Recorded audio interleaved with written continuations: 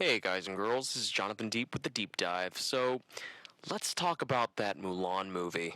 Not the 1996 original animation film that was beloved by all. I'm talking about 2020 Mulan, the movie that was supposed to get a theatrical release, but then Disney decided that it didn't have any real faith in it, so it just released it for $30 on Disney Plus. Yeah, That movie's a cinematic abomination.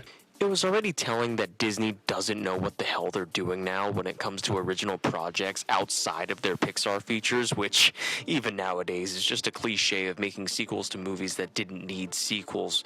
But there's something really disturbing and lazy going on at the Disney front office, and it just seems like we're letting them get away with it. These live action remakes still make over about $1 billion worldwide at the box office. It begs the question. Who are the real idiots?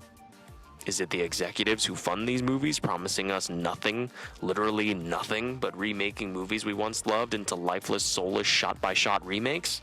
Or are we, the audience, the idiots, for not only allowing these movies to make so much goddamn money that these studios have no choice but to keep rehashing and beating a dead rotten horse in these stupid, boring, diarrhea-smelling trash, but also for thinking that these movies would bring any magic that's even close to the original films that we loved in the first place?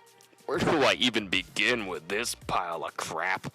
It's basically the same movie from 1996. Actually, no, I take that back. I retract that statement. This movie is nothing like the original 1996 film. The only thing that this movie happens to have in common with it is that the movie's name is Mulan, and that the main character's name is Mulan, and there's an element of plot in there about her wanting to fight in the army and stuff like that, even though the times didn't allow for a woman to fight. And that's pretty much about it. Only this time, there's no Mushu, there's no cricket, there's no humor, there's no heart, and most importantly, somehow, even though Mulan is a goddamn superhero in this movie, it has no balls. No balls to do anything different or even remotely interesting for that matter. This movie, and all of the Disney remakes, specifically that Lion King piece of shit, are the cinematic equivalent of meeting an old friend of yours from high school. An old friend that you haven't seen in years because you found out that they kind of just faded out over time, but you're excited to meet them and you hope that your superstitions aren't correct. Only you find out that when you do meet them again, your superstitions were actually very correct, and much worse than you thought. They're actually low-life scumbags with no ambition or heart, and they only wanted to meet up with you to ask you for your money. And if you refuse to do so, they'll beat the living shit out of you and say that you're a sexist pig. There's this strange Woke culture. going on with Disney right now, where they feel like the more godlike they can make a female protagonist, the more substance that that character has, and that in turn will make more girls and more people want to see their movie. And it's ridiculous that executives and filmmakers who are paid millions of dollars to basically just remake something to be decent fail to see what movies like the original Mulan and the original Aladdin, the original Lion King, what made those movies all so badass in the first place. Specifically in Mulan's case, it wasn't just because she was fighting alongside male warriors and saving the day despite her shortcomings, as we can possibly say it without trying to sound sexist or anything. It was because she knew she was going against those odds. She knew she had to work hard, if not harder than her male counterparts. And she persevered through all that. She busted her ass. All in order to protect her own father and restore her family's honor. That is something everyone can relate to. That is something people can be inspired by. Not just girls, but everybody. The common everyman or every woman. This movie's idea of Mulan? Oh, yeah, so Mulan already has special warrior powers, basically like superpowers beyond human capabilities, but she has to hide it because, society. Men, sexist. And I'm not even kidding you. Mulan in this movie is a legit superhero. She is in this movie what Rey was in the new Star Wars trilogy.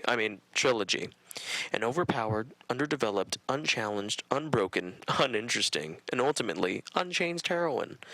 What the hell is the point of remaking a film that is a hero's journey, or is at least supposed to be a hero's journey, if there's no arc or journey for that character to go through?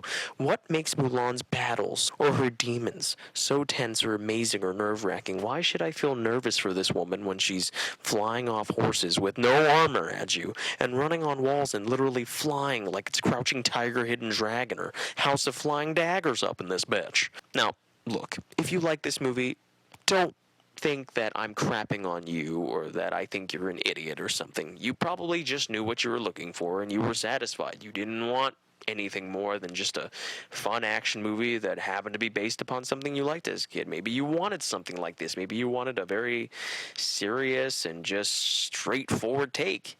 But I challenge you. I challenge you to actually watch this movie again and think to yourself, is there actually anything that this movie did for you that was better in any way than the original cartoon? Was there any lessons that you got that was newer in this movie that wasn't forced or that wasn't blatantly obvious? If I could describe this movie as a smell, it'd be quite simple. It would smell like someone crapped out a turd that reeked of sweaty armpits, topped with that special pink Olive Garden food poisoning vomit, garnished with the tears of orphans, and with the broken dreams of students who went to Harvard but decided to major in liberal arts and find themselves jobless and $300,000 in debt, if not more. Topped with just a drizzle of plucked hairs from the Scrotum of Satan. And that, ladies and gentlemen, is how I feel about Mulan 2020.